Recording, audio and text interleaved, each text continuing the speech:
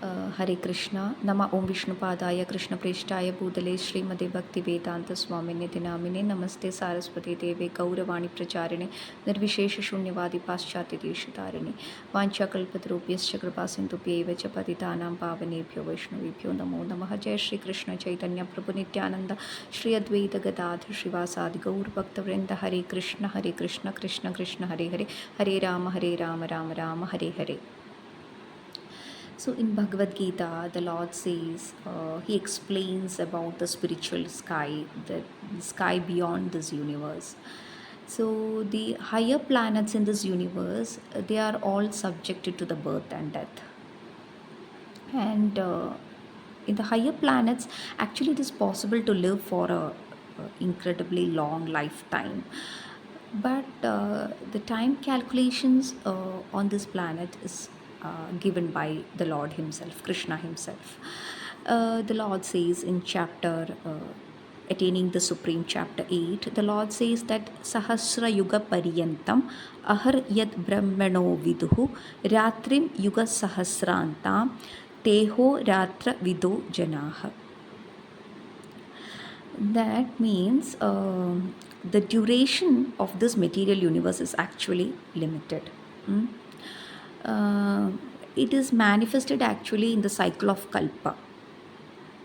Okay, so the duration of this material universe is always limited, that we have to remember. And it is always manifested in the cycle of kalpa. So what is kalpa? Kalpa is actually a day of Brahma. So one day of Brahma consists of 1,000 cycles of 4 yuga. So kalpa is actually a day of Brahma. So one day of Brahma is how much? That consists of 1,000 cycles of 4 yuga. So you know there is Satya Yuga, Treta Yuga, Dwapara Yuga and Kali Yuga, right? So these 4 yugas, that is rotating 1,000 times, that comprise one day of Brahma. And the same number comprise one night of Brahma. Understood? So these 4 yugas, that is rotating 1,000 times, that comprise one day of Brahma, and the same number comprise one night of Brahma. So you can just calculate that the Brahma lives for 100 such years. That is the earthly calculations. Then Brahma dies. So when we are totaling it, it comes to 311 trillion and 40 billion earth years. So these are all given in His Divine Grace A.C. Bhaktivedanta Swami Prabhupada's Bhagavad Gita. You can refer. So by this calculations, we get surprised to see this calculation. But Prabhupada says from the viewpoint of eternity is just like a lightning flash. It is brief as a lightning flash. So we have to remember that the Brahma, the lifetime of Brahma is explained, and the Brahma and his creations, they are all part of the material universe, and therefore they are in a constant flux. Constant flux means they are constantly changing. So Brahma, he is the creator. So Brahma and his creations and all the part of this material universe, they are always in a constant flux. So Krishna says that in this material universe, not even Brahma is free from the process of birth, death. Okay. But we have to remember that Brahma is directly engaged in the service of the Supreme Lord Krishna. How? How he is engaged? He is engaged in the management of the universe. Therefore, he will attain his liberation. Okay, then the elevated sannyasis, they will all get promoted to the Brahma's particular planet, that is Brahmaloka. And Brahmaloka, which is the highest planet in this material universe. And we have to understand, but in the due course of time, Brahma and all the inhabitants of Brahmaloka, they will be subjected to the death according to the laws of material nature.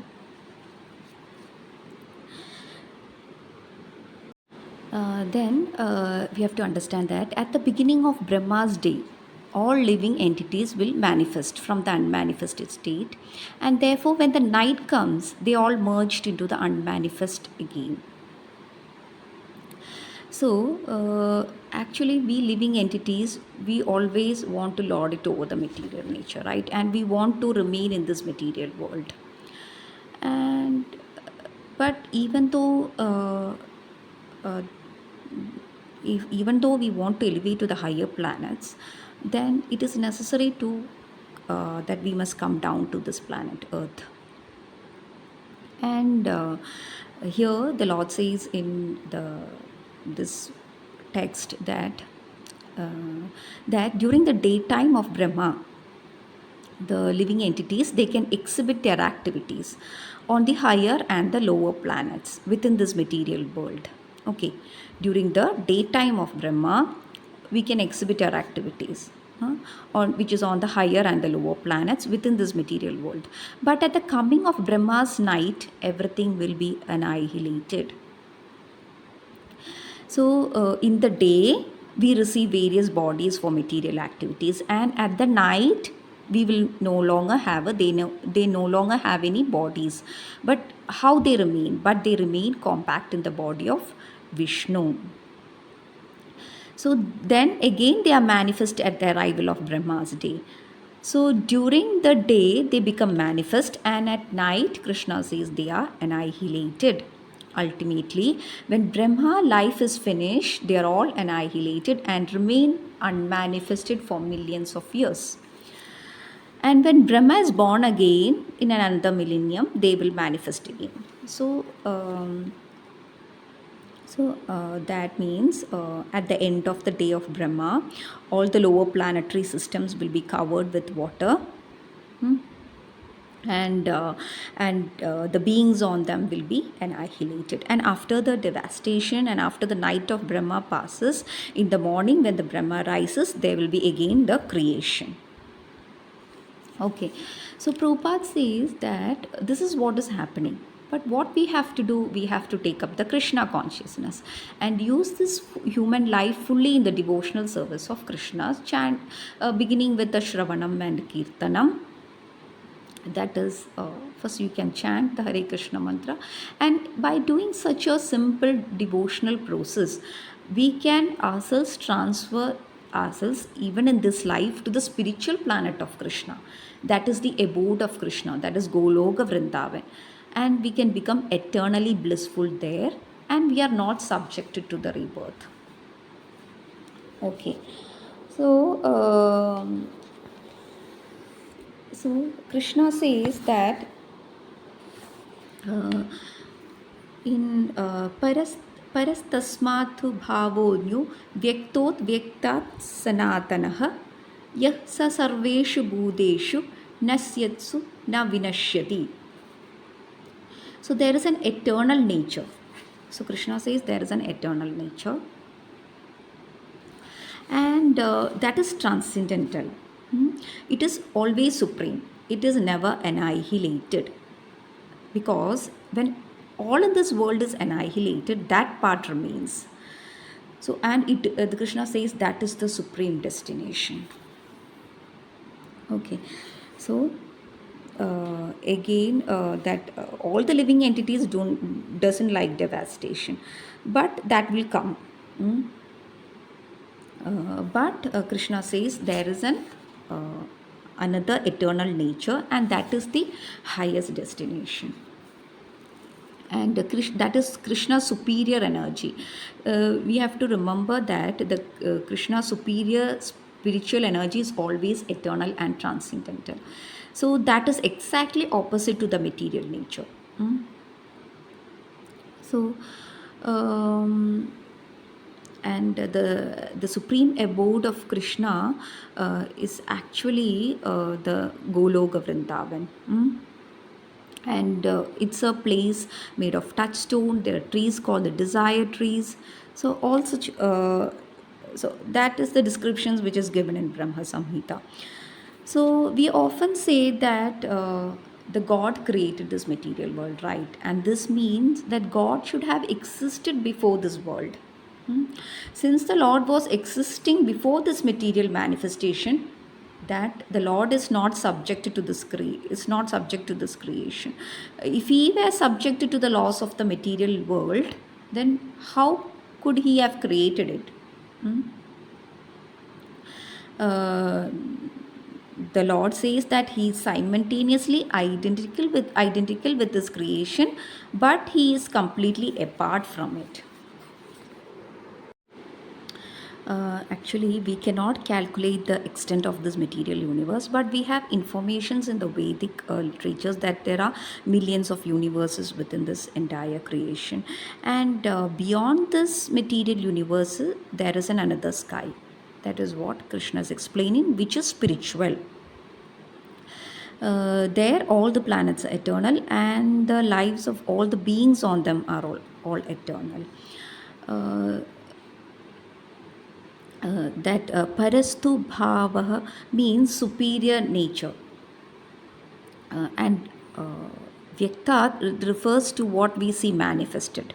So what we see in this material, we can see that the material universe is manifested through the earth, sun, stars, planets, and everything.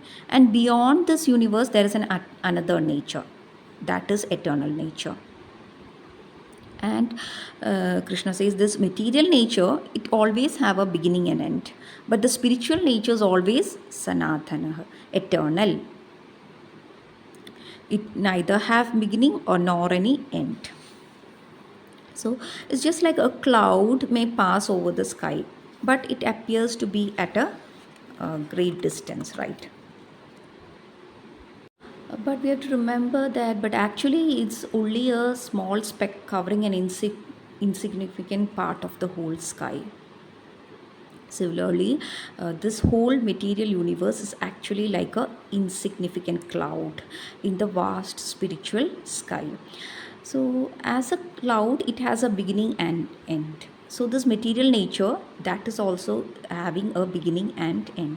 So, when the cloud disappears, we can see the sky clears. We can see everything as it is. So, similarly, our body is also just like a cloud that is passing over the spirit soul. So, it stays for some time, right? Gives some byproducts, it dwindles, and then vanishes. So, any kind of this material phenomenon, what we observe here, is subjected to 6 transformations. What are they? It comes into being, it grows, it stays for a while, produces some byproduct, dwindles, and then vanishes. So Krishna says that beyond this changing cloud-like nature, there is always a spiritual nature, which is always eternal. And when this material nature is annihilated, that eternal nature will always remain. That Krishna's superior spiritual energy is always transcendental and it is always eternal. Then Krishna says in Bhagavad Gita, that is 9.4, Maya tadam idam sarvam jagat avyaktamurtina mastani sarvabhutani cha na cha aham tvesha avastitaha. Krishna says, by me in my unmanifested form, this entire universe is pervaded and all beings are in me, but I am not in them. So, yesterday also we discussed that Krishna is not perceivable through our gross material senses. Krishna's name, fame, pastimes, they cannot be understood by the materials senses. Ataha Krishna, Sri Krishna Namadi, na bhaved grahyam indriyaha. So, it means that it will be revealed only to one who is engaged in pure devotional service. That if we are not engaged in the devotional, if we have not developed the transcendental loving attitude or service towards the Lord, then the Lord will not be visible. Here it is said that He is always all pervading, He is present everywhere, but He cannot be conceived by the material senses. This is indicated by the word, the Avyakta Murti. But actually, although we cannot see Him, everything is resting in Krishna. And we said that the entire cosmic manifestation is a combination of two different energies. That is the superior energy, spiritual energy, and the inferior material energy, right? So, just like the sunshine is spread over the entire universe, the energy of the Lord is also spread all over the creation, and we have to understand that everything is resting on that energy. Then we should not conclude that because the energy of Krishna spread all over, he has lost his personal existence. No. To refute such an argument, Krishna says that I am everywhere, but everything is in me. I am everywhere, but still I am aloof. And Prabhupada gives an example like a king heads a government. So there are different government departments are there. They are nothing. They are the energies of the king, and each department is resting on the king's power. But still, we will not expect the king to be present in each department, right? So this is an example given by Srila Prabhupada. So similarly, all the manifestation that we see and everything that is existing both in this material world and the spiritual world is actually resting on the energy of the Supreme Lord, that is Sri Krishna. The creation take place by the diffusion of his energies, by his diffusion of his different energies, the inconceivable potency of the Lord. So he is present by his personal representation, the diffusion of his different energies. And Krishna says that, the Lord says that everything is resting on him. Matstani sarva bhutani. So the Lord is also telling this should not be misunderstood, that Lord is not directly concerned with the maintenance, sustenance of this material manifestation.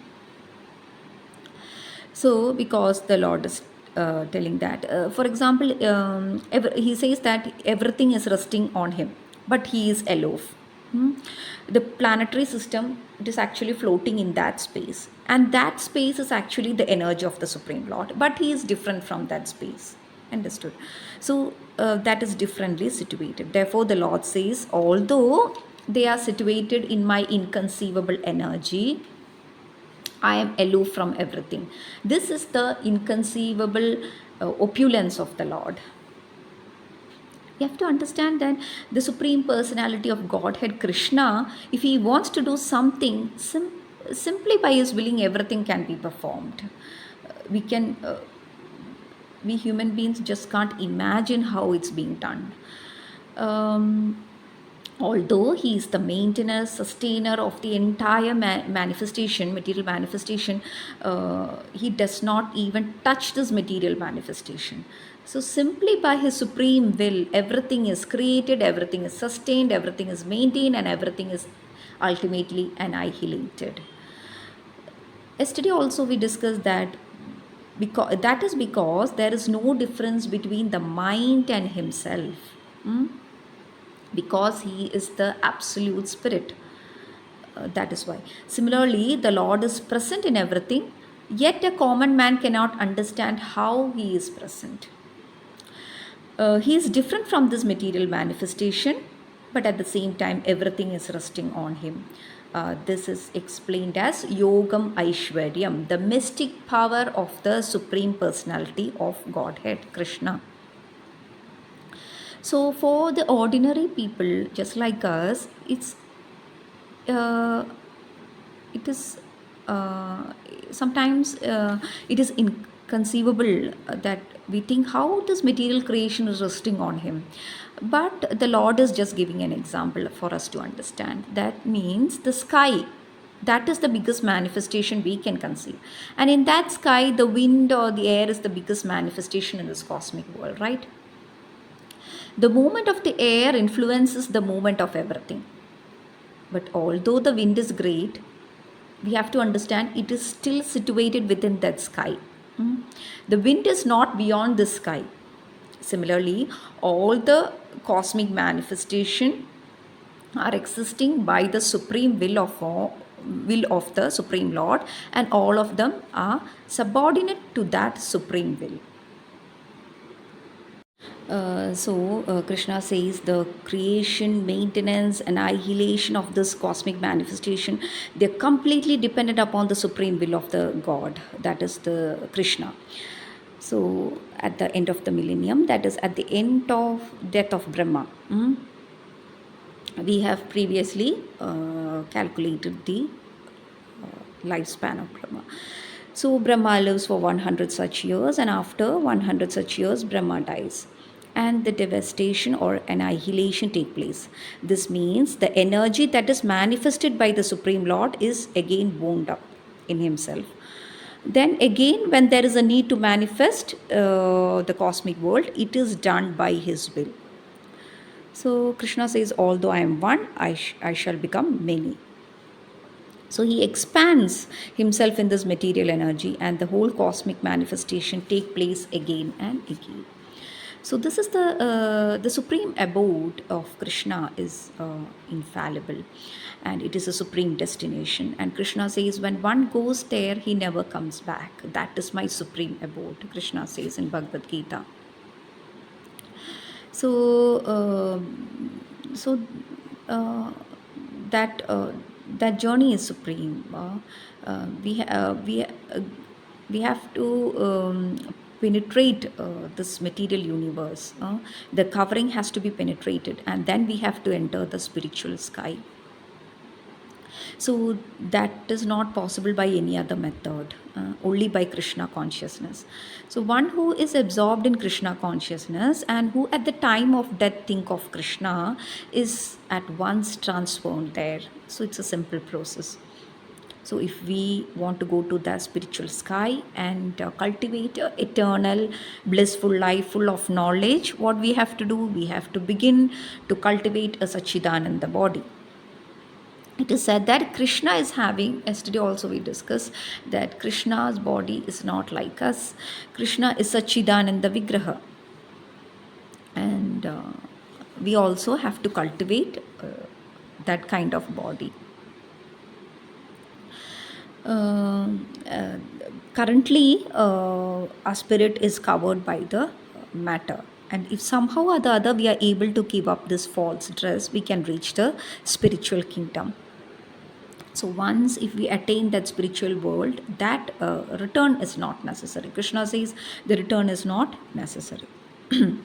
That is the Krishna supreme abode. So Krishna, that's why Krishna comes, descends to call us, and he gives all the literatures as guidebooks, and he also sends his bona fide representatives. So we should take complete advantage of this facility, and we should understand this. At the same time, we should induce others also to read or hear about such literatures. So Prabhupada says one who reaches the supreme abode of Krishna, the penance or the austerity or nothing is no longer required there. So after many lifetimes we get the human form of life. So it's an opportunity, it is a duty to elevate ourselves to that position, to attain the perfection of life. And those who are interested in reaching the supreme abode, the process is also given by Krishna. And Krishna and his representatives. That is bhakti. That is bhaktya. Bhaktya means devotional service. That is submission to the Supreme Lord. The root word for bhaktya is bhaja, means service. And the definition of bhakti is also given in Narada Pancharatra as freedom from designation. So if one is determined to get out from all this designation that is attached to the spirit soul, which arise due to the body concept, and once we change this body concept, one can attain to bhakti. So Krishna also, starts the Bhagavad Gita that we are not this body, we are the spirit. So our real identity is not this body, it's just a covering of the spirit. Our real identity is what Krishna says, that we are the servant of Krishna. And when one understands his real identity and renders service to Krishna, then he is called a devotee or a bhakta. That is means, what is bhakti? Hrishikena hrishikesha sevanam. So all the senses, they should be utilized in the service of the Krishna is the master of all the senses, so that must be utilized for the service of Krishna. Then Rupa Goswami says that what should be our aim? Our aim should be to understand Krishna and progress in the devotional service. Krishna is unlimited, right? But it's not possible to understand him, but we have to accept what we can understand. So, for that purpose, Krishna has already given us the Bhagavad Gita. Okay, so so receiving knowledge through the Guru Parampara system and from the instructions of the Lord, the Krishna will be pleased with us, and we should serve him favorably according to his pleasure. And we should use these literatures and we should utilize them for the attainment of bhakti. And it's also said that there are many planets, many spiritual planets, and in all the planets the Krishna resides there. The expansions of Krishnas are there. They are not impersonal, they are persons, uh, and they can be approached only by bhakti.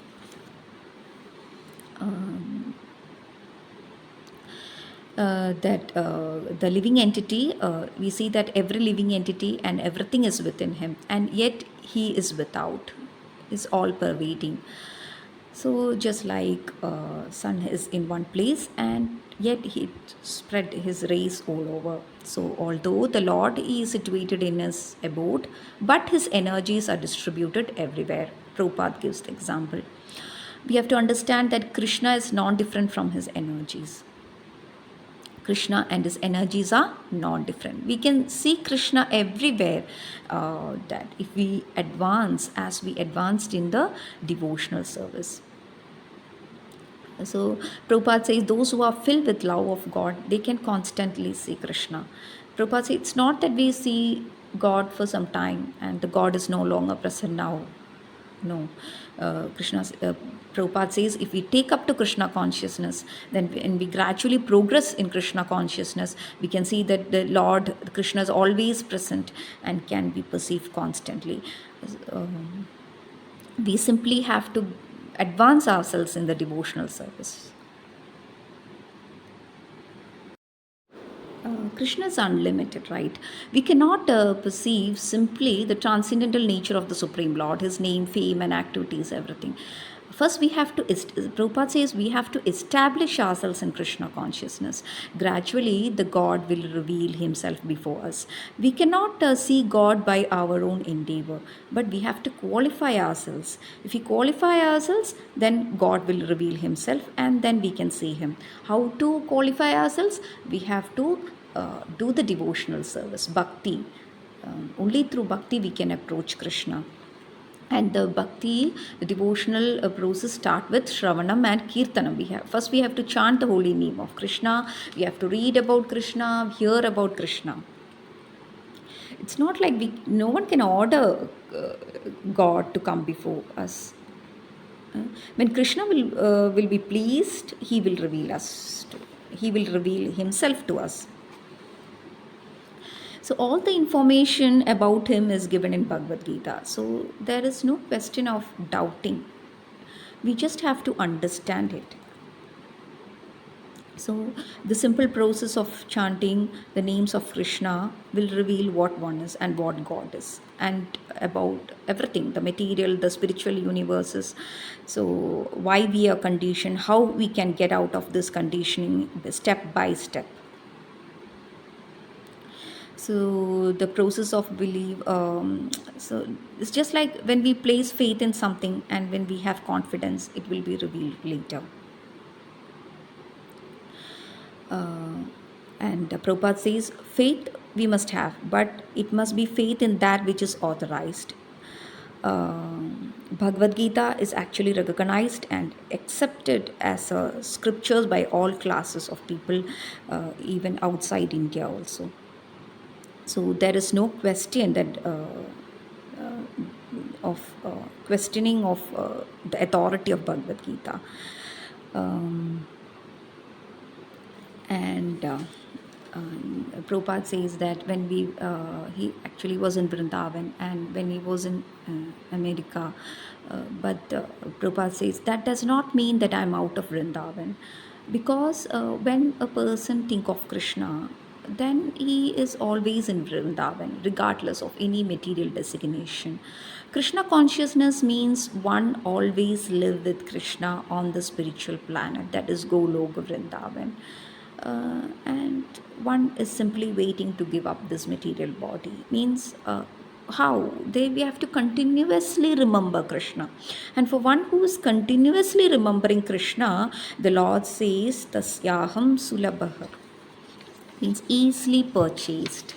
Krishna says that I am, Krishna says himself that he is easily purchased when you are continuously progressing in the devotional service, or you are doing the bhakti. So Prabhupada says, then why for what we are waiting for? Uh, just chant the holy name. There are no rules and regulations for that. Even one can chant in the street, home, office. Prabhupada says there is no expense, so why not everyone take it? Hare Krishna.